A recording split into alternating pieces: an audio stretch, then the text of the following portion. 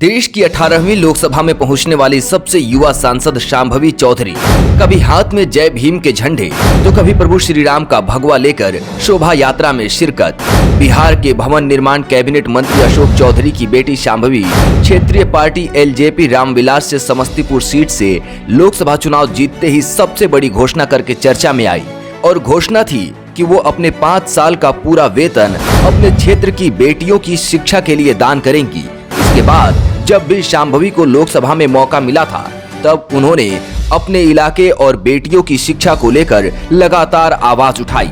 बिहार के युवा जो हैं वो टेक्नोलॉजी और इनोवेशन के क्षेत्र में अद्भुत प्रतिभा रखते हैं। इसके बावजूद बिहार में एक भी सॉफ्टवेयर पार्क नहीं है। 15 जून 1998 को बिहार के वर्तमान भवन निर्माण कैबिनेट मंत्री अशोक चौधरी के घर जन्मी शांभवी चौधरी पर परिवारवाद के आरोप लगातार जनता लगाती रहती है कि उनके पास कोई राजनीतिक संघर्ष और अनुभव नहीं है, वो सिर्फ अपने पिता के बदौलत राजनीति में है। वहीं इन आरोपों से परे शिक्षा के क्षेत्र में शांभवी दिल्ली के lady Shri Ram college for women से समाजशास्त्र में डिग्री होल्डर है। इसके अलावा शांभवी ने 2022 में दिल्ली स्कूल ऑफ इकोनॉमिक्स से समाजशास्त्र में मास्टर्स की डिग्री भी हासिल की है।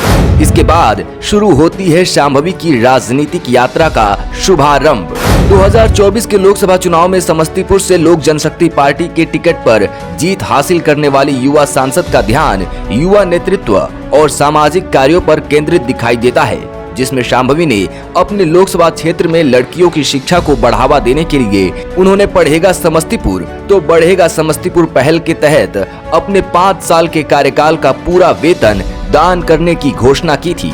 खुद को समस्तीपुर की बेटी कहलाना पसंद करने वाली शांभवी अक्सर लोकसभा के अंदर और बाहर कांग्रेस के नेता राहुल गांधी पर निशाना साधकर खुद की मौजूदगी दर्ज करवाने की कोशिश करती नजर आती हैं। ये वही बात हो गया, हिंदी का एक मुहावरा है, मुंह में राम बगल में छुरी। पर ये भी विपक्ष पे सही नहीं बैठता है, क्योंकि विपक्ष तो प्रभु श्री राम का नाम ही नहीं ले सकते। इसी सिलसिले में एक बार उन्होंने नेहरू और गांधी परिवार पर संविधान और आरक्षण को खत्म करने की कोशिश करने का आरोप लगाया। 2008 में इसी सदन में ट्रस्ट वोट के लिए कैश फॉर वोट स्कैम किया गया था और लोकतंत्र का गला घोटने का कोशिश किया गया था। तो हम नमन करते हैं संविधान के निर्माता डॉक्टर बाबा साहब भीमराव अंबेडकर जी का, जिन्होंने अपनी पूरे जीवन की सीख को इस संविधान के निर्माण में लगा दिया। लेकिन कांग्रेस ने उनका अपमान करने से वो कभी नहीं चूके।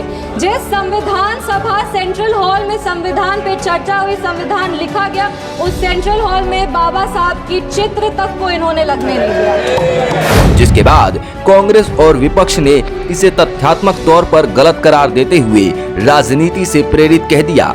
वहीं कुछ दिन पहले भी शांभवी ने राहुल गांधी की बिहार यात्रा को लेकर तीखा तंज कसा था। शांभवी अक्सर अपने व्यक्तिगत जीवन में अपने पति सायन कुणाल के साथ नजर आती हैं, जिनके साथ उन्होंने 2022 में विवाह किया था।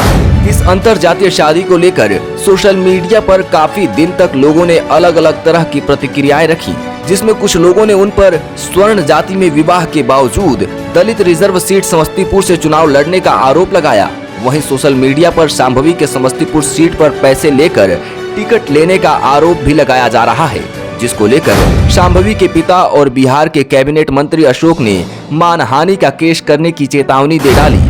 इसके अलावा शांभवी ने अपने पिता अशोक चौधरी के साथ मिलकर बिहार के गांधी नीतीश कुमार 2024 में लिखी है। आप देश की इस युवा सांसद के बारे में अपनी राय कमेंट सेक्शन में जरूर रखें।